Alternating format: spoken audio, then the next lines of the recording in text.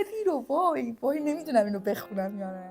وقتی ویدیو صحبت نکردم، یعنی خیلی ویدیو شخصی شد، خیلی خسته شدم اینقدر شخصی بشه.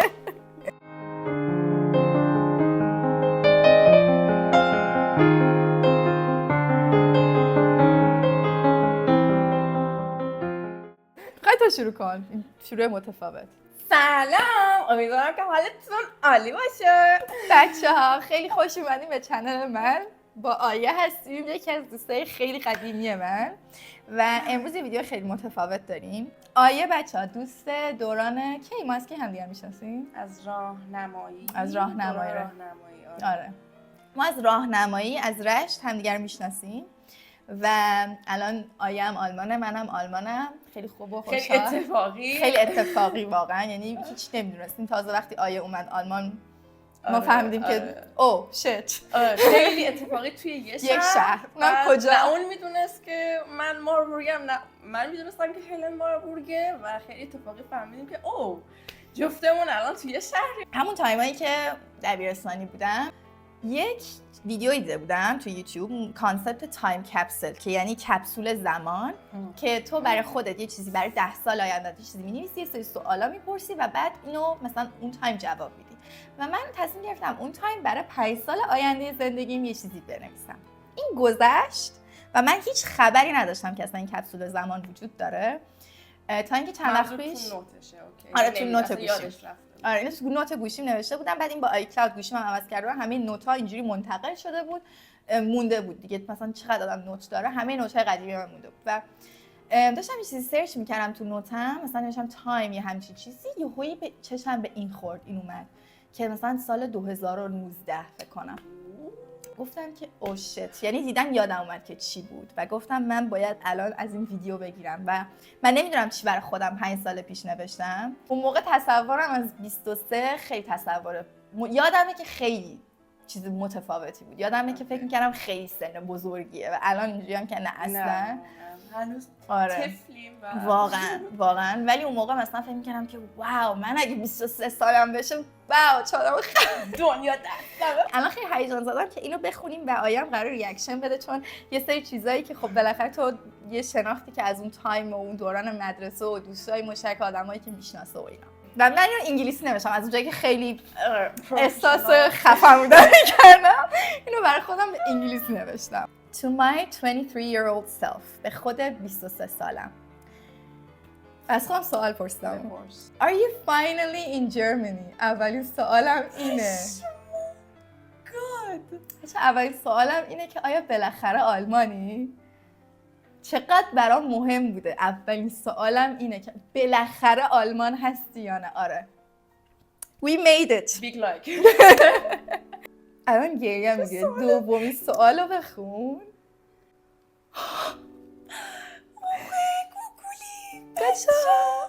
دومین سوالم اینه که Are you studying what you've always dreamed of؟ تو پرانتز مدیسن. آیا تمام چیزی که همیشه آرزوشو داری تحصیل میکنی؟ تو پرانتز پزشکی.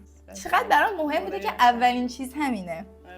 وای سومین چیز دیگه قشنگ خانواده ایرانی نوشتم. خانواده‌ت ازت راضیه؟ چه سوال رندومی. Boy are your parents satisfied with you؟ میدونی چیه حس میکنم همه پدر مادرها ته قلبشون از بچه‌شون راضی‌ان. هر لولی که باشن. آره.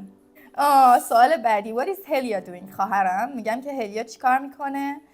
بعد نوشتم که آیا تو خواهرم یعنی هلیا شی و مامان بابا بالاخره از ایران خارج شدن یا نه؟ خواهرت خیلی خوشحاله، درس میخونه، 14 سالشه، خیلی عجیبه. آره خیلی بزرگ شده، خیلی عجیبه و با اینکه خیلی از من متفاوته خیلی هم شبیه، یعنی خیلی عجیبیه. یعنی جمله رو داشتیم بچه‌ها، با اینکه خیلی از من متفاوته ولی خیلی هم شبیه. ببین کسایی که تو هم خواهر داری درک میکنی فکر کنم منظورم چیه. خواهر یا برادر کوچیکا همیشه یه راهی متفاوتی رو انتخاب میکنن که برن، ولی تو اون راه عین تو، یعنی انگار که یه جوری آخه ببین بحث تجربه است دیگه. ما مثل یه مه شکن اصلا این مسیر رو هموار می‌کنیم. پشتمون اون راهی که دوست دارن از مسیر درست‌ترش میرن. آفرین دقیقاً. بدون اینکه تایمی مثلا ویست بکنن یا هر چیز دیگه. بابا یعنی خانواده هنوزم ایرانن. این جمله رو برای این نوشتم که ببین قشنگ میشه اولویتامو دید. مثلا اون تایم من برام خیلی مهم بود که با خانوادم یه جا باشم، میدونی. تهش فکر می‌کنم آرزوی همه ما، یعنی توی خانواده من حداقل هممون می‌خوایم که یه جا با هم زندگی کنیم و این یه کمی بستگی به آینده منم داره دیگه، میدونی چی میگم. و من چون خودم رو فعلا تو آلمان میبینم، مثلا خب خیلی دوست داشتم که خانواده‌ام بیان آلمان. ببینیم چی میشه، ببینیم 5 سال دیگه این سوالا دوباره چجوری.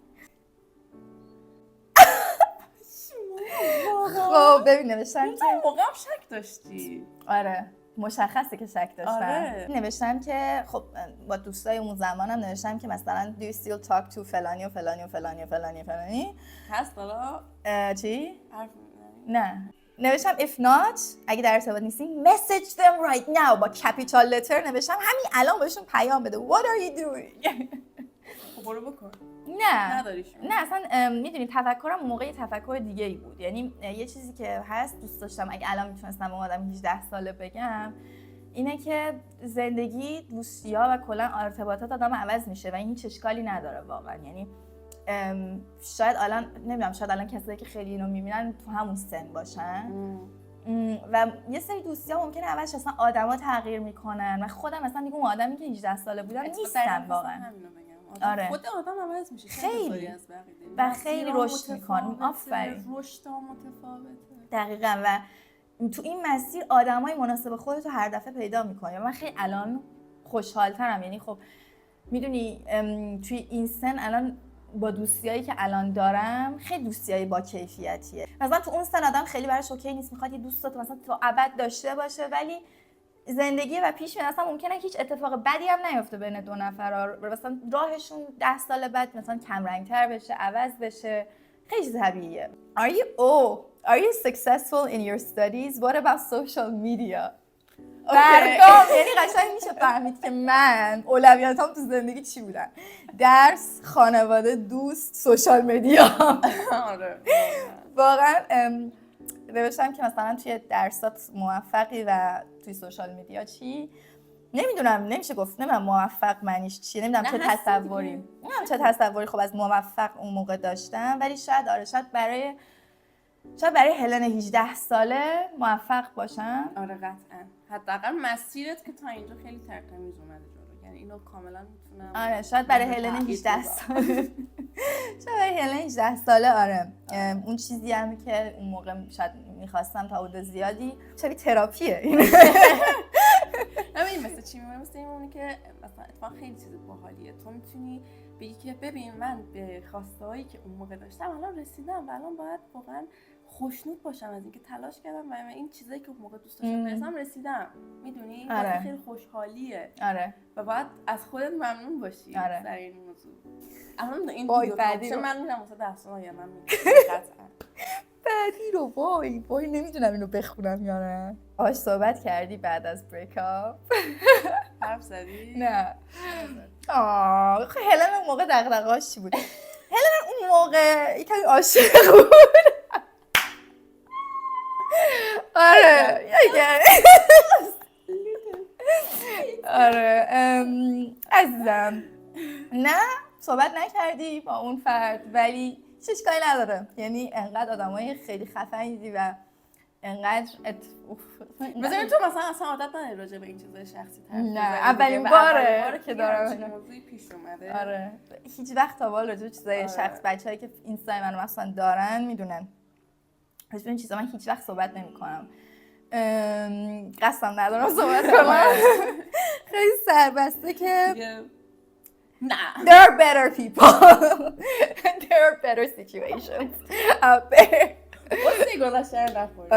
نه اصلا. Are you financially independent as you've always wanted?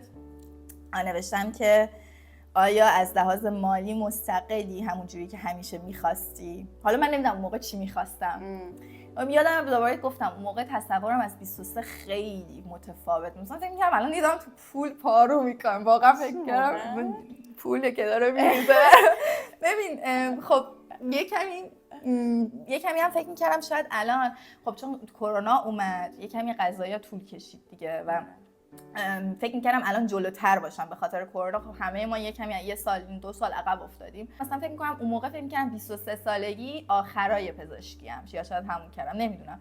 یه همچین تصوری شاید داشتم. پلنم این بوده همیشه که با استادیم خودم رو مستقل بکنم و آره خیلی خوشحالم واقعا که به این پلن رسیدم. یعنی نمیدونم همیشه خیلی برام مهم بودش که آدم مستقلی باشم. مثلا استقلال برام تو ذهنم، نه فقط استقلالی که تن داشتیم. باز دیشب میگفتیم که استقلال برای یه سری از دوستای آلمانی من بعضی وقت یه معنی دیگه میده. به نظر من استقلال صرفا نیستش که توی خونه داشته باشی تنها توش زندگی کنی. یعنی استقلال یعنی که تو بتونی تنهایی اسباب‌کشی تو تنهایی بکنی. استقلال اینه که تو خودت از پس خودت از ابتدایی زندگیت خودت همش. آره استقلال اینه، نه اینکه صرفا مثلا حالا مثلا چه میدونم مامان بابات برات یه خونه بگیرن، اسباب‌کشی هم تو اونا کمکت بکنن، همه کارو اونا برات بکنن و تو فقط داری تنها زندگی میکنی. ولی اینجا پر از این آدم‌ها، یعنی آره. آلمانی‌هایی که بسیار غنی‌ان و مثلا نه خب یه جوری هم طبیعیه چون مامان باباشون اینجا زندگی میکنن، میدونی. یعنی شاید اگه مامان بابای من و تو هم اینجا بودن، اگه مثلا اسباب‌کشی داشتیم هیچ وقت قطعا تنها انجام نمیدادیم. ولی خب این ناخودآگاه باعث میشه که استقلال ما که بدون خانواده اینجاییم فرق میکنه معنی استقلال ما. یعنی من مریض میشیم خودمونیم که پشتمونیم، فوقش دوستت برای یه بار یه ناهاری شامی درست کنه، ولی تهش اون دوستن نمیاد از مادرت مثلا برات قصه مریض بودن تو رو بخوره. یعنی تهش هر کسی دغدغه‌های خودشو داره تو زندگی و اینا چیزاییه که به نظرم استقلالی که ما داریم خیلی فرق میکنه و شاید نمیدونم اون موقع تصورم باز از استقلال نمیشم اینجا فاینانشلی از لحاظ مالی استقلال داری، ولی فکر میکنم حتی از چیزی که فکر میکردم استقلال بیشتری دارم. یعنی نه فقط مالی. رو اینجا بالا آره. بردن واقعا کار سختیه. به نظر من مسیر عادی زندگیه که باید طی بشه. عادی ماها ها اتفاقا به نظرم اصلا عادی نیست. ما مجبور شدیم که این مسیر رو انتخاب ببین حالا مهاجرت یه بخشیشه دیگه. به نظر من یه مسیریه که آدمایی که در ادامه موفق تر میشن 10 سال دیگه‌شون رو ببینی اصلا از تو روابطشون، تو مدلشون، آدمایی که تو این 20 تا 20 به نظر این استقلاله رو میگذرونن. و بهت گفتم ارمنستان برای من، بابام میگه همیشه به من میگه ارمنستان برای تو شبیه سربازی بود، از این لحاظ که من اونجا استقلال رو یاد گرفتم، سربازی برای پسرا. به نظر من این حالا سربازی شاید مثال خیلی خوب نباشه، ولی این که آدم یه تجربه‌ای داشته باشه، حالا چه تو مهاجرت چه تو خونه تنها زندگی، تو ایران مهاجرت، مثلا تو بری یه دانشگاه یه شهر دیگه، به نظر من بخشی از زندگی که باید این به قول دکتر این مسیری که باید هر کسی تو زندگیش رو طی بکنه. آره نه صرفا تو مهاجرت. آره مهاجرت میتونه تو خود ایران باشه. میدونی این که تو دکتر چاوشی همیشه میگه که چی میگن بند نافتو از خانواده ببری. به معنی مالی هم صرفا نه، اصلا اون وابستگی ایموشنالی که آدم به خانواده داره توی دوران نوجوانی خیلی زیاده. یعنی تو نمیتونی تصور کنی بدون اونا بتونی یه روز زندگی کنی، ولی حقیقت اینه که زندگی یه جور دیگه است. ناگزیر تو رو جدا میکنه. اصلا اینو قبول دارم. سوال بعدی Did you get tattoos؟ هانی همین امسال 2024 اولین تتوت هم گرفتی و عشق تتو بودم همون موقع. اینجوری بودم که من باید تتو داشته باشم. بله امسال خیلی فکر کردم بهش که قضیه love over fear که یه معنی خیلی بزرگی برام داره که به نظرم عشق همیشه، عشق به معنی پشن و علاقه و شور و اشتیاق همیشه بر ترس تو همه چی پیروزه. اینو تتو کردم و خیلی جالبه که انقدر برام مهم بوده که توی تایم کپسول مثلا نوشتم که تتو کردی یا نه. این قشنگ ببین تصوری که از کول گرل داشتم و میشه دید. آره الان اصلا حس نمی‌کنم دختر کولی هستم، میدونی، احساس نمی‌کنم که مثلا یکی نگاه می‌کنه او مای گاد مثلا خیلی دختر باحاله. واقعا مثلا تصوری که 18 سالگی داشتم از خودم که وای اگه این بشی چقدر آدم باحالی میشی. هستی خوب واقعا. خب ببین تو به تصورات اون موقع واقعا رسیدی. آره این چیز مثبته، خوشحال کننده است. فکر می‌کنم هممون اینجوریه. فقط اگه هممون این تایم کپسول رو داشتیم احتمالاً دقیقاً اون چیزی شدیم که 5 سال پیش بهش فکر می‌کردیم و این خیلی برگریزونه. یعنی افکار شما رو میسازه. دقیقاً. و عجب حرفی زد. اینو گنده اینجا بنویس بره. چه حرفی زد. Have you got any pets؟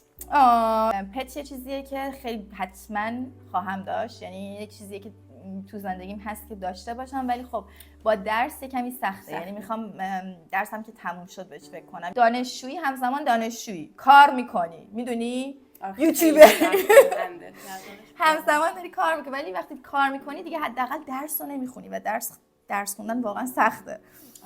آره واسه همین هست تو برنامه هم گربه هم سگ. اول با گربه. آره اول دوست دارم گربه داشته باشم، سگم دوست دارم داشته باشم، ولی در مرحله بعدتر. Are you helping anyone right now? میکنی به نظرم آره. خیلی پرواضحه این جواب این سوال. واقعا من برگام از این دغدغه‌های اون دورانم میریزه که قشنگ مشخصه من چه آدمی بودم و خیلی جالبه که فکر می‌کنم این همه عوض شدم ولی کور وجودیم همون مونده. یعنی ذات وجودم همون مونده که چقدر ارزش داشته یه سری چیزا برام. ببین توجه می‌کنیم ما در مورد تمام چیزایی که دیشب حرف زدیم داریم تو ویدیو صحبت می‌کنیم. آره خیلی جالب. خیلی عجیبه. آره چون انگار همون اصلا خیلی چیز عجیبی شد. ولی نوشتم که آیا به کسی کمک میکنی الان؟ یعنی خیلی برام مهم بوده و هنوزم هست. تمام سعیمو میکنم واقعا. فکر کنم به نتیجه‌ای که رسیدم که اون موقع هم شاید اینو میدونستم و هر چی جلوتر میرم بیشتر تو زندگی به این نتیجه میرسم اینه که احساس میکنم هدفم تو زندگی شاید خیلی کلیشه‌ای باشه ولی به معنای واقعی هیچ چیزی تو زندگی به من احساس رضایت نمیده نسبت به تا اینکه به یکی کمک کنم. یعنی بیشترین حس رضایتمو تو زندگی از کمک کردن به آدما میگیرم. هنس به خاطر همین پزشکی، واقعا درس دادن، یوتیوب حتی. یعنی واقعا اینطوری هست. ادا داره نمیاد. واقعا خیلی جالبه که قشنگ دغدغه‌ام همونه. یعنی دوست، خانواده، سوشال میدیا، کمک کردن به جامعه. Have you got a cool car؟ دغدغه‌ام مهم. کارم راه cool car. آره قشنگم میتونم بهتون بگم cool car تو زندگی. ببین بابای من اینو میدونه، یعنی کل خانواده فکر کنم اینو میدونن. قشنگ همه اینو میدونن. هلن cool کاری که تو زندگیش از بچگی بوده یه ماشین کروک قرمز. هرچی، یعنی قشنگ تو بچگی اینجوری بودم که من میخوام یه ماشین کروک قرمز داشته باشم.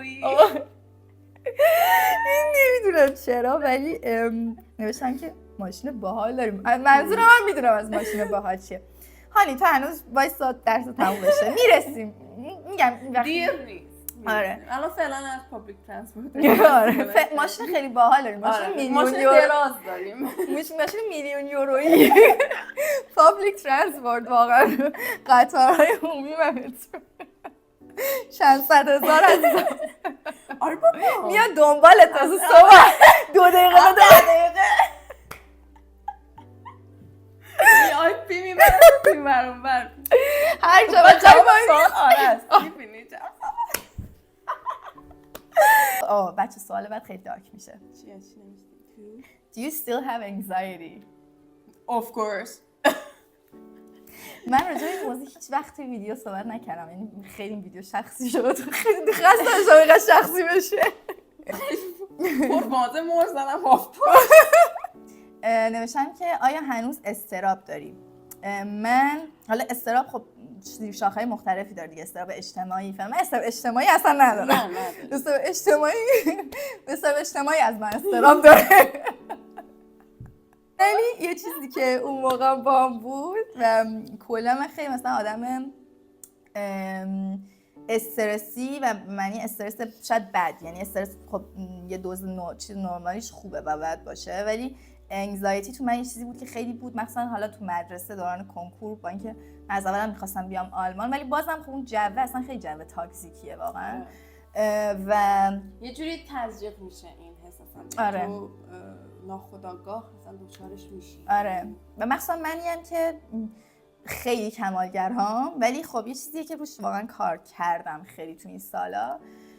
میتونم بگم توی کالج خیلی خوب شدم. کالج خیلی دوران شاین من بود از لحاظ روانی، نمیدونم چه جوری، ولی با اینکه خیلی دوران سختی بود من خیلی آدم مقاومی شدم تو کالج. ولی با شروع پزشکی استرس دوباره خیلی زیاد شد و برگشت استرابه. کل زندگی مثلا 6-7 سال اینو می‌خواستم پزشکی در آلمان و وقتی بهش رسیدم یه کمی اولش اینجوری بودم که خب حالا هدف بعدی چی، یعنی سریع تو سویچ میشی که هدف بعدی چی و این هدف بعدیه، یعنی چیزایی که بعدش میخواستم به جای اینکه اون لحظه تو اون لحظه باشم و سعی کنم از لحظه لذت ببرم، انقدر به آینده هاش فکر کردم که خیلی استرابه و زیاد شد و الان سعی میکنم باش اوکی باشم، یعنی کنترلش کنم دیگه، هم به آینده فکر کنم و هم تو حال باشم، ولی خب یه کمی این چیزیه که برای من کلا همیشه سخته. ایزی گوینگ نیستی. آره.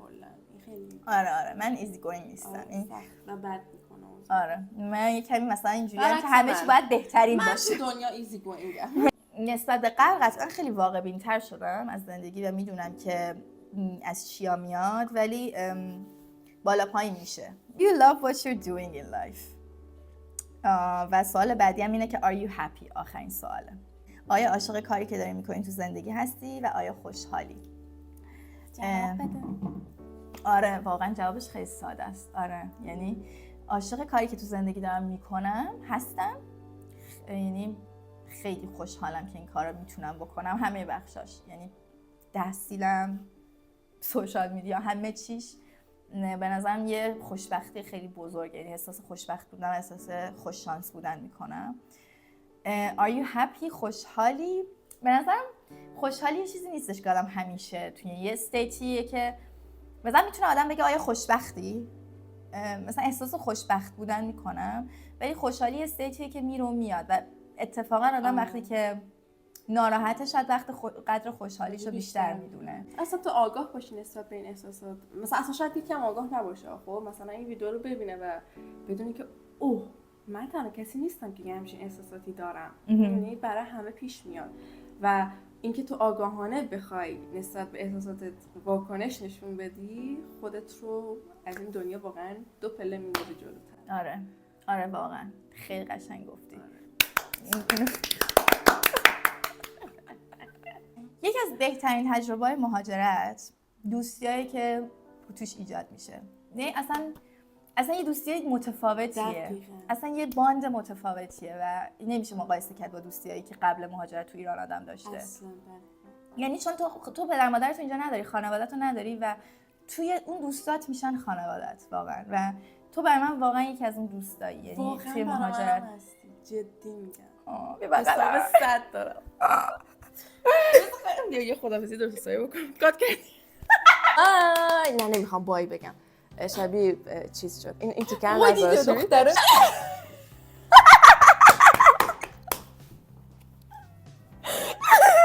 نه بدرود. پرفکشن واقعا.